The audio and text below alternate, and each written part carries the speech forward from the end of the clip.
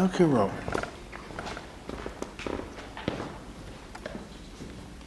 On Wednesday, the Ailey II season starts at the Ailey Citgroup Theater at the corner of 55th and 9th Avenue. And one of the choreographers who's going to present their work is Benoit-Swan Pouffer. Okay. I had him say that because I would really have messed it up. Okay, and David Freeland. Yes. I got that. That's okay. easy. Yes. Well, if I was French, yours would be easy, I imagine too. But I wanted to talk to you about this since I have both of you here. I saw your work before. You did the work last year, didn't you, at the company? And I saw the work last year, and I enjoyed it. I thought that you gave the dancers a very interesting task. What you asked them to do was to set up a scenario about how they interact, and then you built on that and made it a choreographic work. That's correct, yeah. Yeah. Well, to me, I was trying to actually bring these things that you don't see generally. When you go see a performance, you see something finished, and you see a product. And I wanted to do a piece, obviously, but bring this sensibility of the interaction between one dancer and the other. What do they do on a daily basis? How do they react? How do they interact?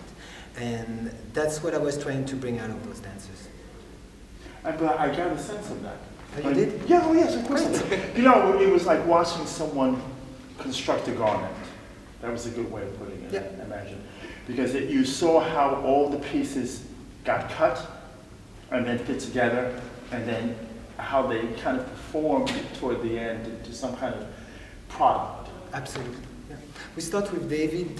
We hear David talking. I want you as well to bring their own, their kind of what they're going through before a piece, their own story. And we did some interviews, and I thought David had something very, very interesting to say. And I think he had as well. It was a nice way to start the piece. So I chose David. And this is one thing I want to ask you then, because I thought this is very interesting. Don't worry, we're going to talk in a minute. No, it's okay. But I thought this was very interesting because when I saw it last time, you took the time out to do the same thing with that group of dancers, to interview them, to get to know them, to pull out some kind of personal sensibility from them. So this time you repeated the process on this group. Mm-hmm. Not exactly, because what I chose to say, and it's a general thing, I think what David going through, it's every dancer goes through, more or less. But we all go, like when you start a piece, I mean, when the curtain is down, things are happening behind the curtain. And that's what David is doing, and he can talk about it. But the process of mentally, how to get to where we need to be, and especially their work, because it's a repertory company, so each piece is different, and their state of mind is different. So for me, I was interested to hear David, but it's David, but David, other Davids are going to be after David, and the next David will have as well kind of the same process. So that's why it's okay to have different dancers dancing in this year, because it's a universal. We all go through that. And did you change any of the movement for them, or? I tweaked it, but not too much. I tweaked it today. Now I want to ask you, how was this process for you? Because obviously Swan saw something in you and brought it forward, and then it gave you a chance to bring some of your own personality into the work. Well, in my last year, I was in the piece as well, doing the same part, and it was very challenging working with Swan at the beginning because his movement was a lot different than what we had been doing in about the 17 different reps that we do have.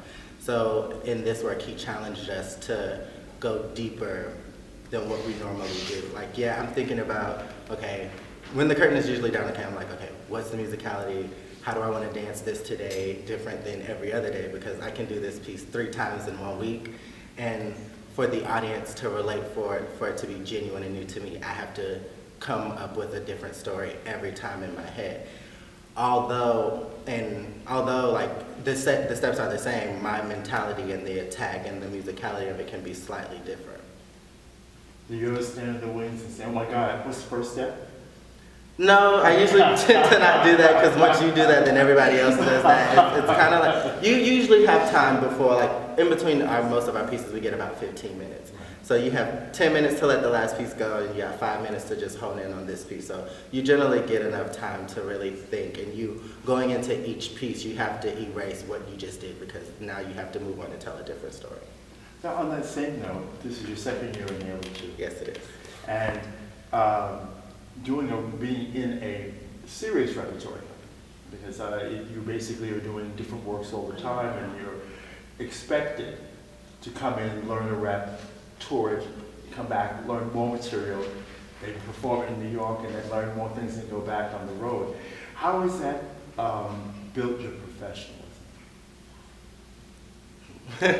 For me, it really helped a lot with my professionalism. I can pick up pretty easily for myself, you know, so I'm always watching what the choreographer is doing and listening to what they have to say. That way, instead of dancing while they're doing it, I might miss something. If I actually pay attention to what they say, then I can reciprocate that, and also, as an artist, use my artistry to go along with the movement, and then it can just kind of work together. That way, the choreographer understands that you get what they're saying, but also they see what they're asking for in the movement. So it helps as a young professional to always pay attention and focus on what's going on right in front of you, because you can always miss something trying to dance and do and listen, and you know, you have to learn how to focus. And I think a lot of times we get caught up in everything else and trying to get it right away, when it's like, get it, go to the side, work on it, and that way when you come out, it'll look like what you want it to feel like. Now, the question I have for both of you is, you danced with the Ailey Company at one point, and how do you see the evolution of, did you ever work with Ailey II when you were here? No. But how do you see the evolution of Ailey II? Because it's a very different company now than it was even 5 years ago. Yeah, it is. Well, they travel more, they do international tour. You know, it's funny because I think there is a natural evolution in dance, natural. And I feel like it's true, like 20 years ago, the Ailey II was not what it is now, but they were not exposed to what they are exposed now. So it's relative. We have to take that in context. So to me, it's interesting to see them now. But again, there is a good and bad. It comes with everything. So now there is so much, like it becomes like, I do feel sometimes that nowadays people have less patience, they're less focused. Not these companies in general I'm talking about. But for the Ailey, now I feel like it's a bigger company. The Ailey II is like, they're really doing it, and I feel it's not like they were not doing it before, but I feel like they're more challenged now. They are touring more. I mean, internationally tour. I think that it's really set them up to succeed in another professional company, because I feel like Ailey II is as well very professional. I don't know how they call it. Maybe it's a pre-professional, but I don't treat them this way. It almost feels like in some respects it's its own entity. Absolutely. That's what, and I think maybe it was geared more of preparing those dancers to become professional. But these people that I've been working with, I feel like they are professional, and now they are like just getting the maturity, and maybe the maturity, and to really understand that how a dance company functions. Now you've done other things, because recently you were involved in a Broadway production, weren't you? Yeah. And how do you compare working on that? Because that's a different type of, I was talking to Lard Lubavitch, and he was telling me the difference between working in concert for him and working on Broadway was that usually things at Broadway, they always want a button, they want a ba-da-ba at the end for him, as opposed to where concert, sometimes you can leave things more in the audience's realm of deciding what the ending is. The demands are different. I will not say, it's true that when you go in concert dance, you have a little bit more freedom to do experimental things or being abstract. And on Broadway, you really have one purpose, is serving the story. It's all about the story. So I really love it as well. So it's a very different beast.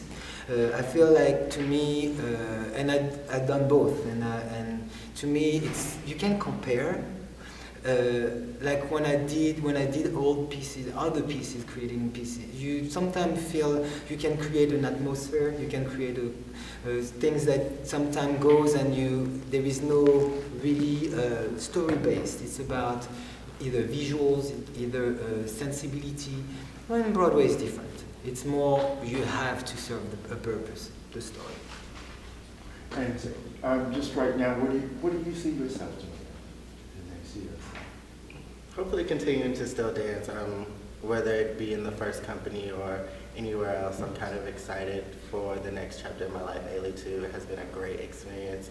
I got to work with so many amazing choreographers and dancers that helped me in a lot of ways grow as a dancer, and it was great just sharing with people that are my age. And so now going out back into the world of dancing and being on stage, I just hope that I can perform just as much as I'm doing now. Well, I want to thank both of you for taking the time out and sharing, really sharing. And get a chance to come see the Ailey season at down here at the Ailey building. You should get your tickets soon, because I imagine it's a small theater and it's going to sell out. It's really just 2 weeks of great performance. 2 weeks, 2 different programs. Now, thank you again. Thank you. Thank you. At the show too. I'm going to go someplace else. This is good. Yeah? Thank you. You good?